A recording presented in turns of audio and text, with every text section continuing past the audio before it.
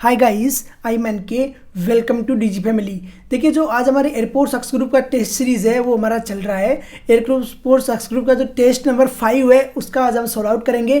किस तरीके के क्वेश्चंस टेस्ट में हमने दिए हैं, जो बुक्स हैं उन्हीं के क्वेश्चंस हैं। देखिए, क्वेश्चंस कोई नए डिराइव नहीं किए मैंने, या तो बुक्स के क्वेश्चन है या प्रीवियस ईयर्स में जो पेपर्स में आए हैं वो क्वेश्चंस हैं। तो देखिए किस तरीके से क्वेश्चंस आते हैं और किससे प्रैक्टिस करोगे आप। जो क्वेश्चंस आपको एक बार स्क्रीन पे दिख जाए तो वीडियो को पॉज करके पहले सोचिए कि क्वेश्चंस कैसे सोल्व आउट होगा। अगर नहीं हो रहा फिर आप सॉल्यूशंस देखिए। देखिए क्वेश्चन फर्स्ट क्या है, sine 75 degree minus sine 15 degree upon cos 75 degree plus cos 15 degree equal to find out करने के लिए बोल रहा है। काफ़ी इजी क्वेश्चन है, फॉर्मूले बेस्ड क्वेश्चन है। देखिए sine C minus sine D का फॉर्मूला होता है 2 cos c plus D by two sine C minus D by two, और cos c plus cos D का फॉर्मूला होता है 2 cos c plus D by two cos C minus D by two. आप apply कीजिए और solve out कीजिए। तो देखिए अप्लाई करते हैं तो क्या आता है, जब अप्लाई करेंगे sine C minus sine D का फॉर्मूला तो आएगा 2 cos c plus D by two sine C minus D by two, और cos c plus cos D apply करेंगे 2 cos c plus D by two cos C minus D by two. तो form बन जाएगा 2 cos 40 by sine 30 2 cos 40 by cos 30। देखिए आपको values तो पता कम से कम होनी चाहिए, या 9th क्लास से आप वैल्यूज़ पढ़ रहे हो, अब भी वैल्यूज़ नहीं पता तो कब होगी। cos 40 बाई की वैल्यू होती है 1/√2 और साइन 30 की वैल्यू होती है 1/2 और cos 30 की वैल्यू होती है √3/2। cos 40 बाई की और साइन 40 बाई की वैल्यू इक्वल होती है। तो यहाँ से जब वैल्यू रखेंगे तो 2 ये कैंसिल आउट हो जाएगा और 1/√3 आंसर आ जाएगा। तो इसका ऑप्शन कौन सा राइट होगा, 1/√3 ऑप्शन राइट हो जाएगा। फर्स्ट ऑप्शन आपका राइट होगा। देखिए फर्स्ट ऑप्शन इसका राइट रहेगा। सेकेंड क्वेश्चन देखिए, सेकेंड क्वेश्चन है if y plus sine y equal to x square then find out कीजिए dy बाई डी एक्स। काफ़ी अच्छा क्वेश्चन है और इजी भी है। देखिए y plus sine y equal to है एक्स स्क्वायर और dy by d x find out करने के लिए बोल रहा है। तो क्या करोगे, y का हो जाएगा dy by d x plus sine y का क्या हो जाएगा cos y dy by d x, और इक्वल टू आ जाएगा एक्स स्क्वायर। अरे यही आएगा, y का क्या हो जाएगा dy by d x, sine y का हो जाएगा cos y dy by d x equal to आ जाएगा एक्स स्क्वायर का 2x। अरे यही होगा, dy by d x common आ जाएगा और यहाँ से बनेगा 1 प्लस कोस वाई। तो ये बन जाएगा 2x upon 1 plus cos y, और 1 प्लस कोस वाई का जो आपकी डिफ्रेंसिएशन क्या होता है, 1 प्लस कोस वाई को क्या लिख सकते हो आप, 1 प्लस कोस वाई को लिख सकते हो 2 cos square y by two. तो 2 cos square y by two, 2 से 2 कैंसिल आउट हो जाएगा और आंसर आ जाएगा x sec square y by two. देखिए काफ़ी इजी क्वेश्चन है, x sec square y by two answer रहेगा। नेक्स्ट थर्ड क्वेश्चन देखिए, थर्ड क्वेश्चन क्या है, if x is equal to है sine theta and y is equal to है b cos theta then find out कीजिए d y by d x. यहाँ पर देखिए x is equal to a sine theta और y is equal to b cos theta. एक तरफ algebraic function है, दूसरी तरफ ट्रिग्नोमेट्रिक फंक्शन है। तो क्या करोगे, d x upon d theta find out कीजिए, d y upon d theta find out कीजिए। दोनों को डिवाइड कीजिए तो d y by d x अपने आप ही आ जाएगा, क्योंकि डी थीटा से डी थीटा कैंसिल आउट हो जाएगा। देखिए किस तरीके से होगा, एक्स इक्वल टू हो जाएगा a sine theta, y equal to b cos theta, d x upon d theta find out कर लिया, d y upon d theta find out कर लिया, और यहाँ से d y upon d x equal to आपका आ गया माइनस के b upon a tan theta. ये सॉल्यूशन होगा। नेक्स्ट क्वेश्चन देखिए, नेक्स्ट में डायरेक्ट डिटर्मिनेंट दे रहा है और इसकी वैल्यू पूछ रही है। तो डिटर्मिनेंट की वैल्यू आराम से आप फाइंड आउट करना बहुत सीखा होगा यार 12th क्लास में, डिटर्मिनेंट को कैसे फाइंड आउट किया जाता है। तो 1 को एज इट इज रखते हैं, 3 का 2 से मल्टीप्लिकेशन कराओगे और 2 का 1 से मल्टीप्लिकेशन कराएंगे। अरे ऐसे क्रॉस मल्टीप्लिकेशन कराएंगे, सेम -2 करोगे फिर +3 करके मल्टीप्लिकेशन कराओगे तो जो सॉल्यूशन आएगा वो आएगा -20। तो सी ऑप्शन आपका राइट हो जाएगा। नेक्स्ट क्वेश्चन देखिए, नेक्स्ट क्वेश्चन है आइटा की power 63 equal to find out करने के लिए बोल रहा है। यहाँ आइटा की पावर 63 आ सकता है, 65 आ सकता है, 90 आ सकता है, कुछ भी आ सकता है। सबसे पहले उसको देखो कि उसके जो नज़दीक में 4 के मल्टीप्लिकेशन में क्या आ रहा है। जैसे 63 है तो इसके नज़दीक में 4 के मल्टीप्लिकेशन में आ रहा है 60 या आ रहा है फिर 64। तो आप 60 देख दीजिए ना, तो इसको क्या लिख सकते हो, आइटा की पावर 63 को लिख सकते हो आप 15 × 4 + 3 लिख सकते हो। तो 15 × 4 क्या हो जाएगा, इसकी वैल्यू तो हो जाएगी 1, और जो +3 है तो बन जाएगा आइटा की पावर 3, और इसका आंसर आ जाएगा -के आयोटा। सी ऑप्शन राइट हो जाएगा। नेक्स्ट क्वेश्चन देखिए, नेक्स्ट क्वेश्चन है 1 माइनस 5x की पावर है 6, फाइंड द मिडिल टर्म। आपको पता होना चाहिए कि कोई भी अलजेब्रिक की जैसे a प्लस बी की होल पावर 3 है तो उसमें टोटल टर्म होगी 4, a प्लस बी की पावर 2 है तो टोटल टर्म कितनी होगी 3। अरे किसी भी फंक्शन में जो ऊपर में घात जो डिग्री रहती है उसमें 1 ऐड करोगे वो उसकी टोटल टर्म रहेगी। जैसे n किसी के ऊपर पावर है तो उसमें टोटल टर्म कितनी रहेगी n प्लस 1। यहाँ 6 है तो टोटल टर्म कितनी रहेगी 6 प्लस 1। तो अब देखिए 6 प्लस 1 होगी 7। तो 7 जब टोटल टर्म है तो मिडिल टर्म ऑटो में आप बोल सकते हो 4, कुछ निकालने की जरूरत है तो यहाँ पर आंसर क्या हो जाएगा 4। और इसका एक और तरीका भी होता है, वैसे आप इसको डिवाइड करोगे 6 को 2 से डिवाइड करोगे तो 3 आएगा प्लस 1 करोगे, n/2 प्लस 1 इसका फॉर्मूला होता है जब संख्या है वो क्या है ऊपर ही इवन है। नेक्स्ट 7 नंबर क्वेश्चन देखिए। 7 नंबर है फाइंड i इक्वल टू है dx upon x square plus 16 और इसके लिए डायरेक्ट फॉर्मूला पढ़ा है आपने। Integration of dx upon x square plus A square का फॉर्मूला होता है 1 upon a ten inverse x upon ए।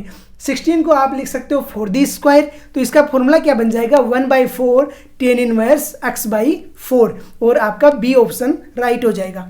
देखिए क्वेश्चंस है वो डायरेक्ट फॉर्मूला बेस्ड कम से कम 10 क्वेश्चंस है वो एग्जाम में आते हैं क्योंकि वहाँ टाइम बचाना रहता है, लेकिन प्रेशर इतना रहता है कि जो आ रहा है क्वेश्चन वो भी गलत हो जाता है। नेक्स्ट क्वेश्चन देखिए। नेक्स्ट क्वेश्चन है integration of x sec square x multiplication में है dx equal to find out करने के लिए बोल रहा है। आप इसमें लगाओगे आइलेट लगाओगे, एक को लोगे फर्स्ट फंक्शन, दूसरे को लोगे सेकंड फंक्शन। फर्स्ट किसको लोगे सेकंड किसको लोगे यही आपको आइलेट बताता है।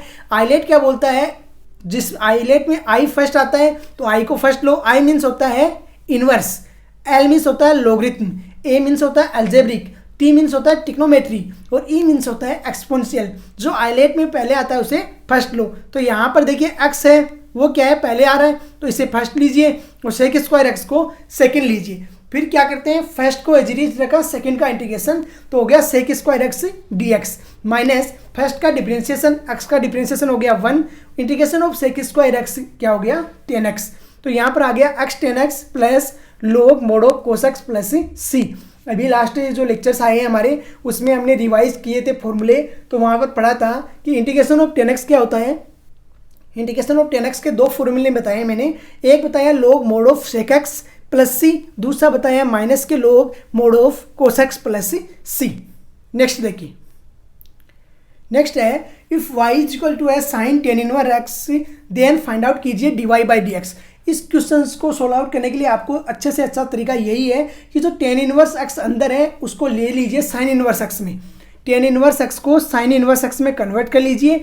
और फिर क्या है कोई भी अपने आप के रेसिप्रोकल अपने आप पे ऑपरेट होता है तो उसका क्या है कि सिर्फ जो थीटा की वैल्यू है वो बचेगी। क्यों, देखिए कैसे कन्वर्ट करोगे, टेन इनवर्स एक्स है इसको साइन इनवर्स में कैसे कन्वर्ट करोगे, आप लगाओगे कोई ट्राइंगल प्रॉपर्टी, यहाँ पर लोगे कोई राइट एंगल ट्राइंगल, देखिए कैसे इस तरीके से राइट एंगल ट्राइंगल ले लोगे, यहाँ पर एक्स दे रहा है तो टेन थीटा में क्या होता है परपेंडिकुलर अपॉन बेस, तो ये एक्स हो गया और ये बेस कितना हो गया यहाँ पे 1 हो गया। जब परपेंडिकुलर और बेस दिया है तो हाइपोटेन्यूज आ जाएगा एक्स स्क्वायर प्लस 1। अब देखिए 10 को साइन में कन्वर्ट करना है तो साइन में क्या होता है, साइन में होता है परपेंडिकुलर अपॉन हाइपोटेन्यूज, तो आ जाएगा x upon under x square plus 1। और देखिए इस तरीके से सोल्व आउट होगा, साइन इनवर्स पे ऑपरेट होगा तो कैंसिल आउट हो जाएगा और फंक्शन आ जाएगा x upon under x square plus 1। अब y का dy/dx करके करोगे u अपॉन वी से, u अपॉन वी क्या बोलता है v नीचे वाले का स्क्वायर करते हो v स्क्वायर, v को एज इट इज रखा u का डिफरेंशिएशन माइनस u को एज इट इज रखा v का डिफरेंशिएशन, तो आंसर क्या आ जाएगा 1 अपॉन 1 प्लस एक्स स्क्वायर, इसकी पावर हो गई 3/2। नेक्स्ट क्वेश्चन देखिए find the length of the tangent that is drawn from 1,2 to the circle x square plus y square equal to 2। आपने पढ़ा है इसका फॉर्मूला कि अगर x1 y1 से कोई circle x square plus y square equal to a square पर tangent खींची जा रही है तो उसका जो टेंजेंट की लेंथ होती है वो कैसे दी जाएगी under x1 square plus y1 square minus a square. तो इसी फॉर्मूले से आप इसको सोल्व आउट करोगे तो क्या आएगा under x1 square plus y1 square minus a square, यह आंसर आ जाएगा अंडर3। नेक्स्ट क्वेश्चन देखिए if -4,5 is the center of the circle and 4 is the radius of the circle then find out equation of the circle। देखिए जब H coma के किसी circle के सेंटर के कोऑर्डिनेट रहते हैं और ए उसकी रेडियस रहती है तो सर्किल की इक्वेशन रहती है x minus h the square plus y minus k the square is equal to a square. यहाँ पर है एक्स माइनस के 4 5, तो ये क्या बन जाएगी x plus 4 the whole square plus y minus 5 the whole square is equal to आ जाएगा 4 दी स्क्वायर। और इसी तरीके से देखिए सोल्व आउट किया हमने और आंसर आ गया x square plus y square plus 8x minus के 10y plus 25 is equal to 0। Next question देखिए। नेक्स्ट क्वेश्चन है the tangent of the line that is passes through the points 2,3 and -4,5। दो point है, देखिए एक point है x1 y1, दूसरा दिया हुआ है x2 y2। तो इनसे जाने वाली जो लाइन है उसकी टेंजेंट क्या होगी y2 minus y1 upon x2 minus x1। और यही देखिए y2 minus y1 upon x2 minus x1 करोगे तो क्या आएगा 2 अपॉन -6 इज इक्वल टू आ गया -1/3। नेक्स्ट देखिए the area of the triangle find out करने के लिए बोल रहा है। इसके लिए आपको एक पर्टिकुलर फॉर्मूला आपने पढ़ा है, the area of triangle is given by 1/2। अगर किसी भी ट्राइंगल के जो कोऑर्डिनेट है 2D में x1 y1 रहेगा और 3D में x1 y1 z1 बन जाएगा। अगर 3D में x1 y1 z1 है तो ट्राइंगल का एरिया क्या रहता है 1/2 mode of x1 y1 z1 x2 y2 z2 और x3 y3 z3 का डिटर्मिनेंट होता है। अगर 2D में है तो क्या बन जाता है x1 y1 1 x2 y2 1 और x3 y3 1, इसका डिटर्मिनेंट का 1/2 कर दोगे वही इसका एरिया होगा। तो देखिए कैसे किया, यहाँ पर देखिए 1/2 कर दिया डिटर्मिनेंट का और आगे जो 1 1 है उसको लिख दिया और सोल्व आउट कर दिया तो इसका एरिया ओपी ट्राइंगल आ गया। नेक्स्ट देखिए find the centroid of the triangle. आपने स्टडी किया है कि x1 y1 z1 x3 y3 z3 और x2 y2 z2 किसी जो ट्राइंगल है उसके वर्टिसेस के कोऑर्डिनेट्स हैं। तो ट्राइंगल का जो सेंट्रोइड है वो रहता है x1 plus x2 plus x3/3 और y1 plus y2 plus y3/3। तो यहाँ पर भी सेम आएगा और सेम तरीके से हमने सोल्व आउट कर दिया और आ गया 1/3 10/3। नेक्स्ट क्वेश्चन देखिए find the centre of the circle. Circle का सेंटर फाइंड आउट कीजिए। जब इक्वेशन दी हुई है x square plus y square is equal to a square, x square plus y square is equal to a square अगर centre की किसी भी सर्किल की इक्वेशन है तो आपने बहुत अच्छे से पढ़ा होगा। वो सर्किल है वो ओरिजिन से पास आउट होगा तो उसके उसका सेंटर है वो ओरिजिन होगा। तो 0,0 इसका ओरिजिन रहेगा। अगर इस क्वेश्चन में रेडियस पूछा जाता तो 10 इसकी रेडियस हो जाती। नेक्स्ट क्वेश्चन देखिए। नेक्स्ट क्वेश्चन है if a plus b is equal to π/4 देन 1 plus 10a 1 plus 10b is equal to find out करने के लिए बोल रहा है। a plus b is equal to आपको बोल रहा है π/4। तो देखिए कैसे सोल्व आउट करते हैं इसको। a plus b is equal to π/4 बोल रहा है तो 10a plus b is equal to आता है, आप जानते हैं क्या होता है 10 π/4। अब देखिए 10a प्लस b का फॉर्मूला होता है 10a plus 10b upon 1 minus 10a 10b is equal to आ गया 1 हमारे पास में। आगे सोल्व आउट किया 10a plus 10b is equal to बन गया 1 माइनस 10a 10b। सबको RHS में लेके आ गए और सोल्व आउट कर दिया, आंसर आ जाएगा 2। Next if sin x plus cos x is equal to 2 है then sin the power 10x plus cos the power 10x is equal to find out करने के लिए बोल रहा है। sin x plus cos x the power अगर 2 हमें दे रहा है तो यहाँ पर क्या लोगे sin x की का भी वैल्यू 1 लोगे मैक्सिमम और cos x की वैल्यू भी मैक्सिमम 1 लोगे तभी 2 बनेगा ना। तो यहाँ पर क्या बन जाएगा 1 the power 10 plus 2 the power 10। तो यहाँ पर देखिए क्या क्या बनेगा, आंसर आ जाएगा 2। नेक्स्ट है find the coordinate of the focus of parabola. Focus का जो कोऑर्डिनेट फाइंड आउट करने के लिए बोल रहा है तो जो इसका फोकस क्या रहता है a,0 Y square is equal to 4ax है, इसकी स्टैंडर्ड इक्वेशन रहती है। तो 4a इजकल टू आपके पास आया 8 और a इजकल टू आ गया 2। तो आंसर क्या आ जाएगा C। देखिए आंसर C आएगा। Y square is equal to 8x करोगे 4a इजकल टू 8 आएगा, a इजकल टू 2 और न्यूक्लियस जो इसका नाभि होती है या इसका जो फोकस होता है उसका होता है a,0 तो 2,0 आंसर आ गया।